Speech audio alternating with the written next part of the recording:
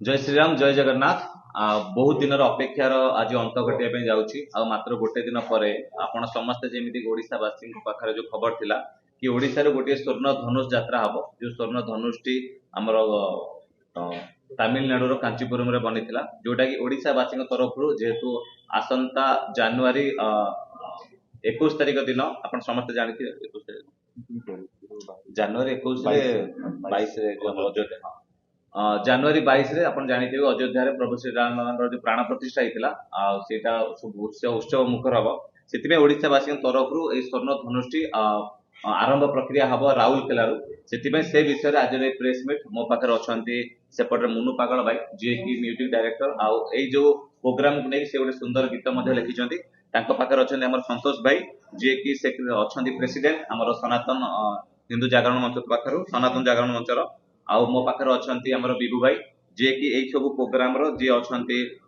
Secretary अच्छा आउ मु तो प्रकाश आउ जी की यही सब जिन मीडिया कोऑर्डिनेटर समस्त को जोड़ुछु जमी लोक मैंने ए प्रोग्राम जोड़ी हे भाई मो पाखे अच्छा चित्तरंजन दास जी की जाजपुर अंचल केमी प्रोग्राम को भलसे करें आम प्रेस मीट आरेंज करूँ।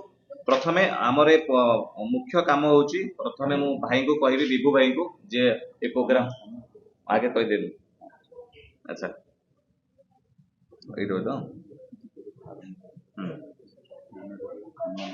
अच्छा प्रथमे आपण जमी समस्ते जानिथिबे कि जनवरी 2 तारिख आज तो 31 तारिख आ गोटे दिन पर जनवरी 2 तारिख रु आरंभ हबो हमर स्वर्ण धनुष यात्रा।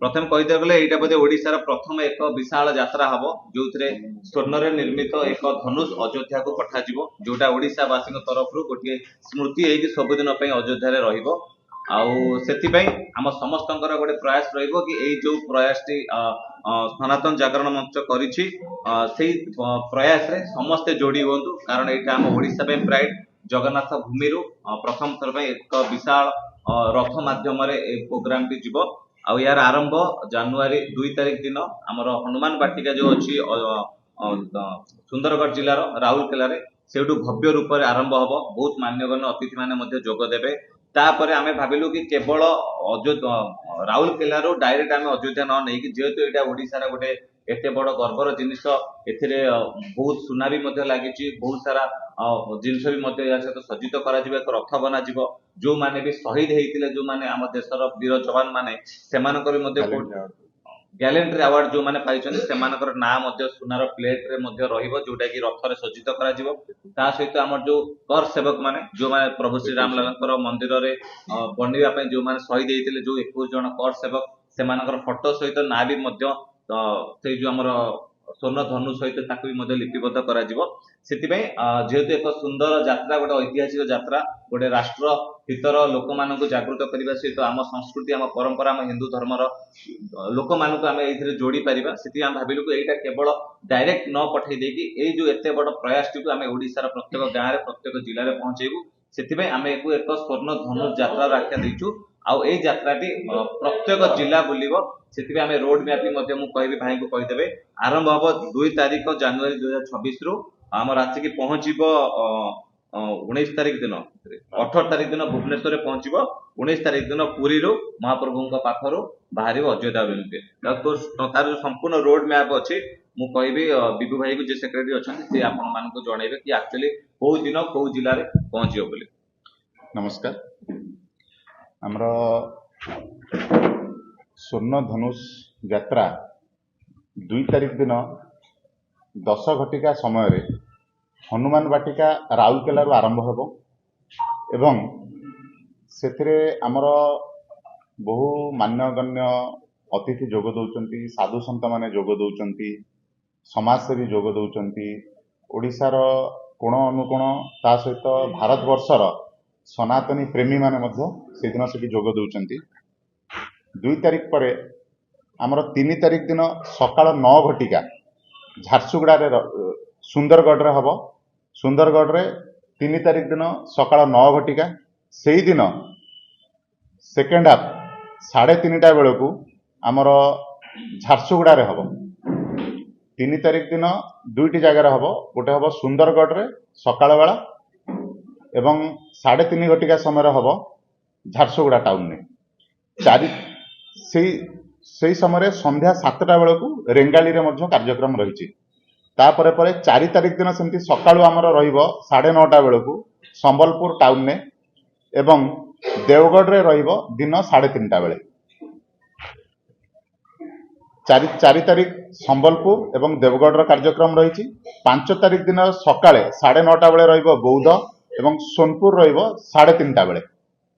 6 ତାରିଖ ଦିନ ରହିବ ବରଗଡ଼ ସକାଳ 9:30 ଏବଂ ବରଗଡ଼ ପରେ ସେକେଣ୍ଡ ହାଫ୍ 3:30 ବେଳକୁ ରହିବ ବଲାଙ୍ଗୀର।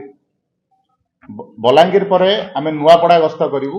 ନୂଆପଡ଼ାରେ 7 ତାରିଖ ଦିନ ସକାଳ 9:30 ବେଳେ ରହିବ। ଏଟା ଖରିଆର ରୋଡରୁ ଆରମ୍ଭ ହେବ ଏବଂ ତାପରେ ଆମେ ପହଞ୍ଚିବୁ ଭବାନୀପାଟଣା। ଭବାନୀପାଟଣା ଆମର ରହିବ 3:30 ବେଳେ। 7 ତାରିଖ ଦିନ ଭବାନୀପାଟଣା କଳାହାଣ୍ଡି ଜିଲ୍ଲାର ସେଠି 3:30 ବେଳେ ରହିବ। 8 ତାରିଖ ଦିନ ରହିବ ନବରଙ୍ଗପୁର 9:30 ବେଳେ ଏବଂ ସେଦିନ ମାଲକାନଗିରି ମଧ୍ୟ ରହିବ 4ଟା ବେଳକୁ। ମାଲକାନଗିରିରେ 4ଟା ବେଳକୁ 8 ତାରିଖ ଦିନ। 9 ତାରିଖ ଦିନ ରହିବ କୋରାପୁଟ ଏବଂ ରାୟଗଡ଼ା। କୋରାପୁଟରେ ଆମର ରହିବ ସକାଳ 9:30 ବେଳେ ଏବଂ ରାୟଗଡ଼ାରେ ରହିବ 4ଟା ବେଳକୁ। 10 ତାରିଖ ଦିନ ରହିବ ପାରଳାଖେମୁଣ୍ଡି ଏବଂ ବରହମପୁର 2ଟା ଜାଗାରେ ରହିବ। ପାରଳାଖେମୁଣ୍ଡିରେ ରହିବ 9:30 ବେଳେ ଏବଂ ବରହମପୁରରେ ରହିବ 3:30 ବେଳେ। 11 ତାରିଖ ଦିନ ରହିବ ଫୁଲବାଣୀ ଏବଂ ନୟାଗଡ଼। ଫୁଲବାଣୀରେ ରହିବ 9:30 ବେଳେ ଆମର ସକାଳ 9:30 ବେଳେ ରହିବ ଫୁଲବାଣୀରେ ଏବଂ ନୟାଗଡ଼ରେ ରହିବ 3:30 ବେଳକୁ 3:30 ନୟାଗଡ଼। 11 ତାରିଖ ପରେ ଆମର 12 ତାରିଖ ଦିନ ରହିବ ଅନୁଗୁଳ ଆଉ ଢେଙ୍କାନାଳ। ଅନୁଗୁଳରେ ଆମର ରହିବ ସକାଳ 9:30 ଅନୁଗୁଳ ଏବଂ 3:30 ରେ ରହିବ ଢେଙ୍କାନାଳ। ତାପରେ ଆମର 13 ତାରିଖ ଦିନ ରହିବ ଘସିପୁରା ଏବଂ କେନ୍ଦୁଝର। ଘସିପୁରା ରହିବ ସକାଳ 9:30 ଏବଂ 4ଟା ବେଳକୁ ରହିବ କେନ୍ଦୁଝର। ଆମେ ସେଇ ସମୟରେ ଘଟଗାଁ ଦେଇକି ଗସ୍ତ କରିବୁ। 14 ତାରିଖ ଦିନ ରହିବ ରାମତୀର୍ଥରେ, ଯାହା ଆମର ମୟୂରଭଞ୍ଜର ରାମତୀର୍ଥ ସମସ୍ତେ ଜାଣିଛନ୍ତି। ସେଦିନ ମକର ବି ରହୁଛି। ସେଇଦିନ ହିଁ ରହିବ ରାମତୀର୍ଥରେ ସକାଳ 10:30 ଏବଂ ବାରିପଦାରେ ରହିବ 4ଟା ବେଳକୁ। ଅପରାହ୍ନ 4ଟା ବେଳକୁ ବାରିପଦାରେ ରହିବ 14 ତାରିଖ ଏବଂ 15 ତାରିଖ ଦିନ ରହିବ ବାଲେଶ୍ୱର ଆଉ ଭଦ୍ରକ। ବାଲେଶ୍ୱରରେ ରହିବ 9:30 ସମୟରେ ବାଲେଶ୍ୱର ଏବଂ 4ଟା ବେଳକୁ ରହିବ ଭଦ୍ରକ।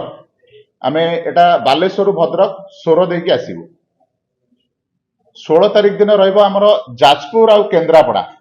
ଏଟା ଯାଜପୁର ଟାଉନରୁ ଆରମ୍ଭ ହେବ ସକାଳ 9 ଘଟିକା ସମୟରେ ଆରମ୍ଭ ହେବ ଏବଂ କେନ୍ଦ୍ରାପଡ଼ାରେ ଆମର ରହିବ 3:30 ଆଉ ଆମେ ଏଟା ଯାଜପୁର ଟାଉନରୁ କୁଆଖିଆ ଜାରକା ଚଣ୍ଡିଖୋଲ ଦେଇକି ଆମେ ଯିବୁ କେନ୍ଦ୍ରାପଡ଼ା।